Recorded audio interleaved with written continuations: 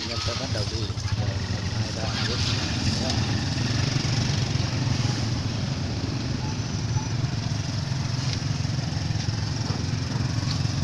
Rồi, ngày hôm nay là tắc đường nhá, anh em đang chuẩn bị xuất phát đây. Rồi vâng, tôi bắt đầu đi đây, trong bác nhá.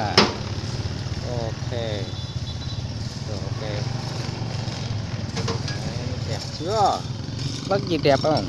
Đẹp lắm nhỉ. Ok. Xe luôn. Tắc đường là thế nha các bác nhá. Xin xe quét các bác. Nhiều xe nhở. Đây.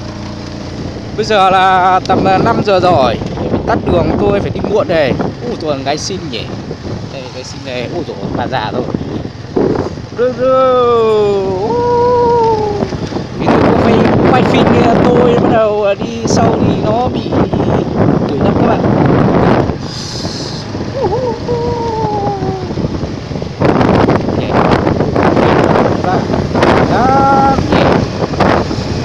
Đi này phi tiêu luôn, sợ thật.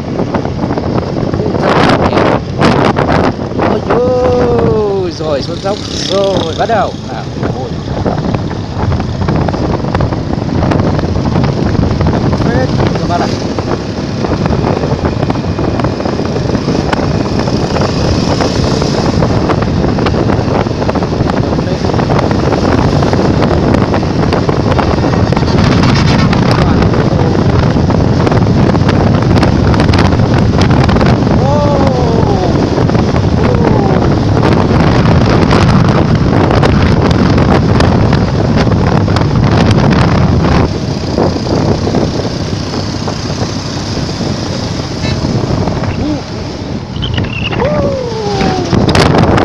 Chưa các bác, nguy hiểm lắm, suýt lên tôi là mô tô các bạn, nguy hiểm cực kỳ luôn.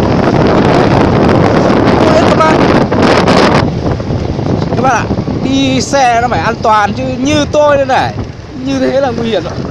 Ôi dồi, lại quả xe lên rồi. Ôi xe mày cao. Mùa này là mùa đi xe nhé các bạn nhá. Sợ thật nhỉ.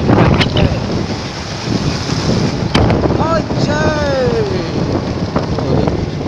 Tôi đang đi chậm dần này. Thì tôi phải bãi xe chào đây. Rồi, chào các bạn nhá. Tôi hôm nay Huyền Liều đấy các bạn ạ. Có gì các bác like hộ cái nhá. Trời ơi, đường xe là tôi đang vào nông thôn rồi nhá. Chào các bác like hộ cái nhá. Xe hơi nguy hiểm đấy các bác.